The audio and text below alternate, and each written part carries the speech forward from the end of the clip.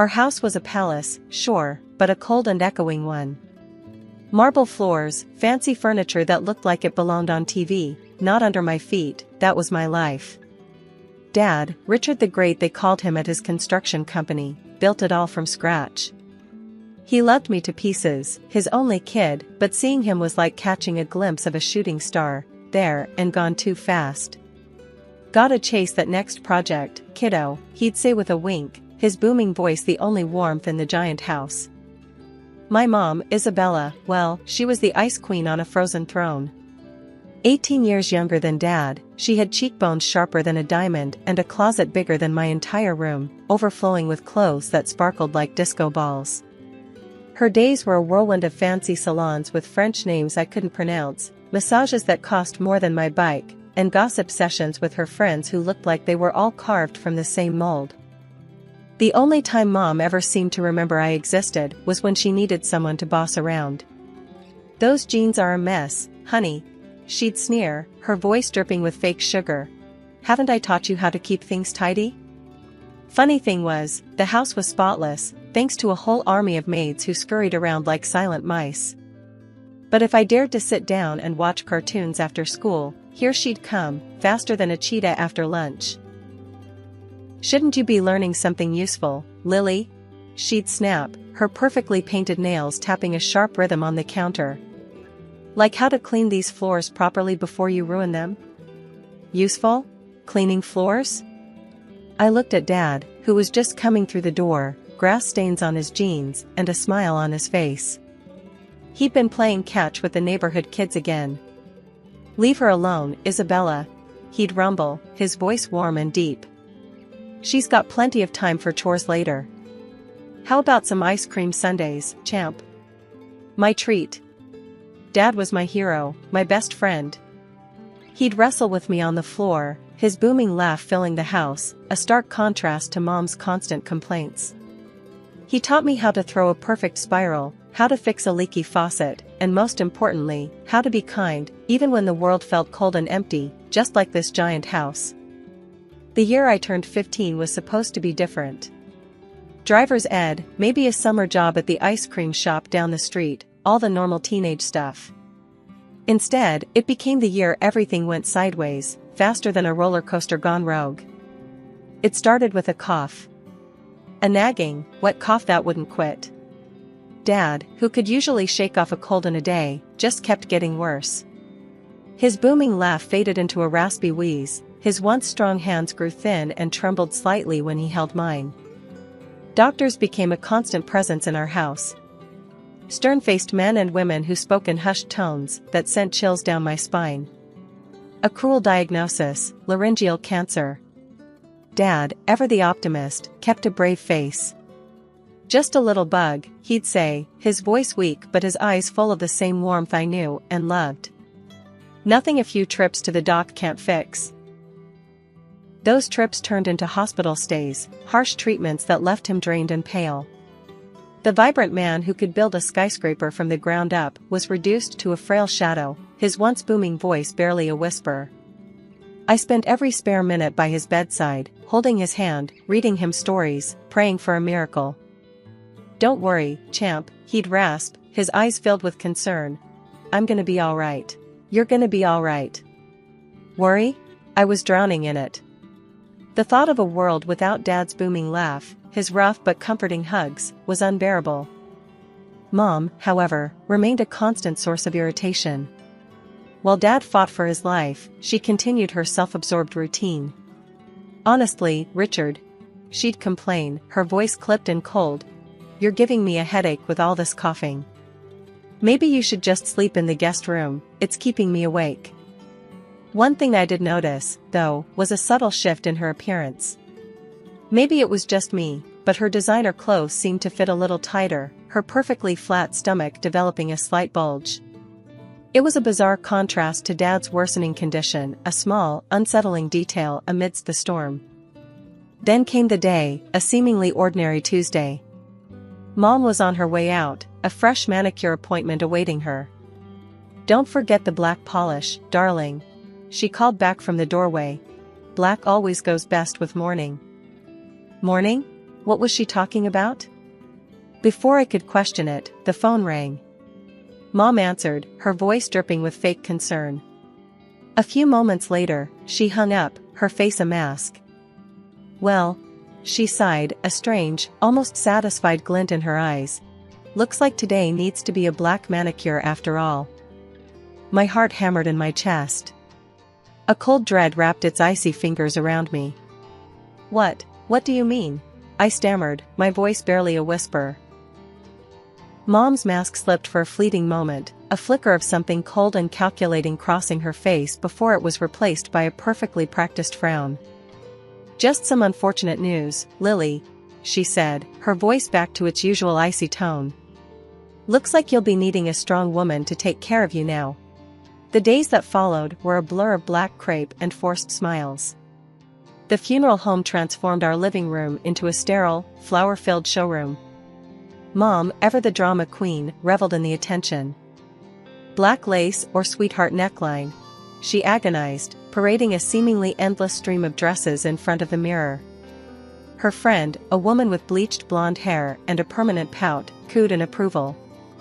Oh darling, the sweetheart neckline. So Audrey Hepburn at her husband's funeral. Absolutely tragic and chic. Don't you think it's a little excessive? I ventured, my voice barely above a whisper. Mom's eyes narrowed. Excessive? Honey, this is for your father. We need to show his friends and family how much we respected him. Respected? The word tasted like ash in my mouth. By showing off your cleavage? The air crackled with tension. Mom's perfectly painted smile faltered for a second, replaced by a flash of something cold and dangerous. You watch your tone, young lady, she hissed, her voice low and menacing. These are adult matters you wouldn't understand. The adult matters turned out to be endless phone calls with florists and caterers, each conversation punctuated by Mom's theatrical sighs and demands for the absolute best. My grandparents, bless their hearts, tried to shield me from the worst of it, but the strained silences and worried glances spoke volumes. The funeral itself was a performance. Mom, draped in a ridiculously elaborate black dress that clung to her curves like a second skin, played the grieving widow to the hilt. Tears streamed down her perfectly made-up face as she clung to the arms of various concerned-looking relatives. Later that night, as I scrolled through social media in a daze, a familiar face popped up on my feed. There she was, Mom, in all her tragic and chic glory, the funeral photo plastered across her Instagram page. The caption, dripping with saccharine sentiment, spoke of her undying love and devotion to my father. The love of my life, gone too soon, it read. A week had crawled by since Dad's funeral, each day a heavy weight on my chest. Mom, however, seemed to thrive in the silence. The endless parade of black dresses was replaced by a return to her usual flamboyant wardrobe, her smile a little too bright, her eyes a little too cold. One evening, as I trudged up the stairs after another day of forced pleasantries at school, the sound of unfamiliar laughter filtered through the air. I froze, a knot of dread tightening in my stomach. The living room door was ajar, light spilling out into the hallway. Taking a deep breath, I peeked inside. There, sprawled on our plush sofa, was a young man who looked like he'd stepped off the cover of a fitness magazine. He was all tan skin, perfect teeth, and designer stubble. Mom, perched beside him like a preening peacock, was batting her eyelashes with a practiced innocence I hadn't seen since I was a toddler. Lily, she purred, her voice dripping with fake sweetness. This is Michael, my fiancé. Fiancé? I repeated, my voice barely a croak. Mom's smile faltered for a brief moment, a flicker of annoyance crossing her face before it was replaced by a too bright cheer. Yes, darling. Isn't that wonderful? Michael is going to be living with us now. Michael, who hadn't even acknowledged my existence until now, finally grunted a greeting. Before I could process this latest absurdity, Mom continued, her voice taking on a patronizing tone. And guess what else, honey bunch? We're expecting. Expecting? My mind reeled. Not only did she have a new husband-to-be a week after Dad's funeral, but she was also pregnant? It was all too much to take in. "What about, Dad?" I stammered, the words catching in my throat. "Isn't this a little..." "A little what?" Mom snapped, her mask of cheer slipping for a moment. "A little inconvenient? Don't be ridiculous. Life goes on, darling. And besides..." She leaned in, her voice dropping to a conspiratorial whisper. "Michael here makes me truly happy. Something your father, bless his soul, was never quite capable of." Fury, hot and raw, bubbled up inside me. "You never loved him, did you?" I spat, my voice shaking with rage. "You cheated on him." Mom's eyes narrowed. The smile was completely gone now, replaced by a steely glint. "Perhaps," she admitted with a cold laugh. "But that's none of your concern, is it? Now, from now on, you'll do as Michael and I say. You'll help with the housework, of course, and then you'll be a wonderful nanny to your new sibling." Over my dead body, I choked out, my voice trembling with a mix of anger and hurt. "Don't get sassy with me, young lady," Mom hissed, her voice low and dangerous. "This is my house, and you'll do what I tell you, or you'll get out." The ultimatum hung in the air, heavy and suffocating. I straightened my spine, a newfound resolve hardening my voice. "I wouldn't stay under the same roof with you for another minute even if you begged me," I declared, my gaze unwavering. "You may have gotten rid of Dad, but you won't control me." Mom's face contorted in fury. "Get out then," she shrieked, lunging towards me. She grabbed me by the shoulders and pushed me out the door. "And don't come crawling back when you have nowhere else to go," she bellowed after me. I didn't answer. The front door slammed shut behind me with a satisfying thud. Snow swirled around the streetlights, casting an eerie glow on the deserted sidewalk. I was in my school clothes and sneakers, completely unprepared for the winter chill. But the sting of the cold was nothing compared to the burning betrayal in my heart. Looking down at my flimsy clothes, I spotted the abandoned garage across the street. Dad used to keep his old tools and some winter gear there. Maybe, just maybe, there was something I could use to keep warm for the short walk. The garage was a treasure trove of forgotten memories.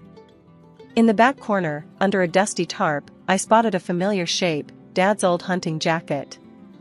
It was worn and faded, but the thick leather promised some protection from the biting wind. With shaking hands, I dialed a taxi, my teeth chattering uncontrollably. The wait seemed to stretch on forever, each passing minute a small eternity.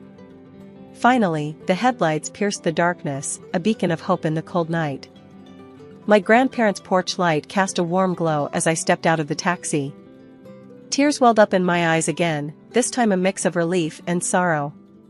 My grandma opened the door before I could even knock, her face etched with worry. "Lily? What on earth?" Her voice trailed off as she took in my appearance. "Honey, you're freezing. Come in, come in." She ushered me inside, wrapping a thick blanket around my shoulders. Grandpa was right behind her, his face grim as he took in my tear-streaked cheeks and the oversized jacket. "What happened, sweetheart?" he asked, his voice gruff but full of concern. I took a shaky breath, the warmth of the house slowly seeping into my bones. Then, in a torrent of words, I poured out everything: Mom's cold behavior after Dad's death, the fiancé, the pregnancy, and finally, the cruel revelation. My voice cracked as I spoke, the raw pain and betrayal spilling out into the room. By the time I finished, I was sobbing uncontrollably, my body racked with hurt. Grandma held me tight, her silence a comforting presence. Grandpa, after a moment, cleared his throat. "There's something you should know, Lily," he began, his voice low and serious. "Before your father passed away..." He paused, his gaze flickering to Grandma before continuing. "He knew all about her cheating and pregnancy, and well..." He hesitated, then met my eyes. "He had a lawyer come in and change his will." My heart skipped a beat. "Change his will?" "Yes," Grandma chimed in, taking my hand. "You see, honey, your father loved you more than anything in the world. It means that you are the sole heir to your father's estate." My jaw dropped. "Everything?" Everything, Grandma confirmed with a sad smile. But because of your age, you can't fully access the money until you graduate from college. Until then, a legal guardian needs to manage it. Not Mom, I blurted out before he could finish. The thought of her controlling Dad's money meant for me, was unbearable. Grandpa and Grandma exchanged a knowing look. Of course not, Grandma said, her voice firm. That's why we need to talk about custody. But to take you away from your mother, we need proof of her unsuitability. Proof? I reached for my phone, a mischievous glint entering my eyes. I have plenty of that. Over the past year, in a misguided attempt to protect myself, I'd started recording some of my arguments with Mom. The last conversation, the one where she kicked me out, was there in all its ugly glory. With trembling fingers, I played it back for my grandparents. The sound of my mother's cruel words filled the room, each sentence a fresh blow. By the time the recording ended, a tense silence hung heavy in the air. Then Grandpa cleared his throat. This is more than enough, Lily. We'll get you a lawyer first thing tomorrow. You won't be going back to that house. Relief washed over me, warm and welcome. It wasn't just about the money anymore. It was about safety, about being in a place where I was loved and valued. A week had crawled by since the blow-up with Mom. One sunny and cold afternoon, as I was helping Grandma cook a pie, a loud, insistent pounding shattered the quiet. I froze, a knot of dread tightening in my stomach. Grandma straightened up, her eyes narrowed in suspicion. That sounds like trouble, she muttered, brushing her hands off the flour. Before we could even exchange another word, the front door swung open with a bang, revealing a sight that made my blood run cold. Mom stood there, her face flushed with anger and desperation. Her hair was a mess, her clothes looked like they'd been slept in, and her eyes held a manic glint that sent shivers down my spine. There you are, she shrieked, her voice laced with a barely contained fury. You little ingrate. How could you do this to me? Grandma stepped forward, her voice firm but unwavering. Lily doesn't have to do anything, dear. She's here of her own free will. Mom scoffed, her gaze darting around the room before landing on me. Free will? Don't be ridiculous. You filled her head with lies about me. Lies? I echoed, my voice shaking with a mix of anger and disbelief. You're the one who lied, Mom. You lied to Dad, you lied to me, and now you have the nerve to play the victim? You never loved me and Dad. Mom's face contorted in fury. Don't you dare talk about your father like that. And love? You think that dusty old man was capable of love? He was boring, Lily. A drag. I deserved more. Her words hung heavy in the air, a cruel and selfish justification for her actions. My fists clenched at my sides, the anger bubbling inside me threatening to boil over. So you married him for money, then cheated on him while he was still alive? I spat, my voice dripping with disgust. And now you're angry because you're not going to get your claws into his inheritance? Mom's face turned ashen, her bravado crumbling under the weight of my words. Look, she said, her voice cracking with desperation. I know I messed up. But can't we just forget all that? I found out about the new will, Lily. You have everything now. You can help me, can't you? I'm pregnant, for crying out loud. I have nowhere to go. Her words hung heavy in the air, a desperate plea for a lifeline. A part of me, a tiny, insignificant part, flickered with a misplaced sense of pity. But then I remembered the countless nights I'd spent alone. Those were your choices, Mom, I said, my voice devoid of sympathy. And now you have to face the consequences. 2 months flew by in a whirlwind of activity. Lawyers, court dates, social worker visits, it felt like my life had become a legal drama. Mom, unsurprisingly, contested the custody hearing tooth and nail. The courtroom was a tense battleground. Mom, dressed in a cheap-looking suit and overly dramatic makeup, sat across from me, a picture of fake concern.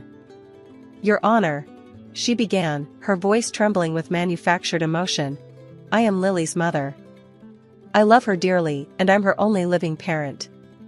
Taking her away from me would be a travesty." Her words were like nails on a chalkboard, a stark contrast to the cruel reality I knew. My lawyer, a sharp woman with a steely gaze, wasted no time in presenting her case. The recordings I'd made played on a small speaker in the courtroom, each snipped conversation a damning indictment of Mom's character. Her voice, dripping with contempt and frustration, filled the room, leaving a stunned silence in its wake. Then came the final blow, the recording of the night she kicked me out. The raw fear and confusion in my voice, the chilling indifference in hers, painted a picture 1,000 words couldn't express. As the last recording ended, a heavy silence descended upon the courtroom. Even the judge, a stern but fair-looking woman, seemed taken aback. Looking directly at Mom, I took a deep breath and spoke, my voice surprisingly steady. "Your Honor," I said. "Does this sound like the voice of a loving mother? Does this sound like someone who deserves to raise a child?" Mom opened her mouth to retort, but the judge held up a hand, silencing her. "The evidence presented is compelling," she said, her voice firm. "The recordings paint a clear picture of a dysfunctional and emotionally abusive relationship. Mrs. Miller," she addressed my mother directly, "your behavior towards your daughter has been documented and deemed unacceptable. Therefore, this court grants full custody of Lily to her grandparents, Mr. and Mrs. Thompson." A wave of relief washed over me, so intense it felt like I could breathe again for the first time in months. Grandma reached out and squeezed my hand, her eyes filled with unshed tears. Grandpa, ever stoic, offered me a gruff but genuine smile. A few days later, we stood outside the house I'd once called home. The eviction notice, a cold formality, felt like a badge of honor. Mom and her now fuming boyfriend were huddled by the door, their faces a mixture of anger and desperation. "Lily, honey, please," Mom whined, her voice laced with desperation. "Can't we just talk about this? I know I messed up, but I'm your mother. And I'm pregnant. We have nowhere to go." She gestured dramatically to her noticeably swollen belly, a desperate attempt to tug at my heartstrings. But this time, it didn't work. "You had your chance, Mom," I said, my voice firm.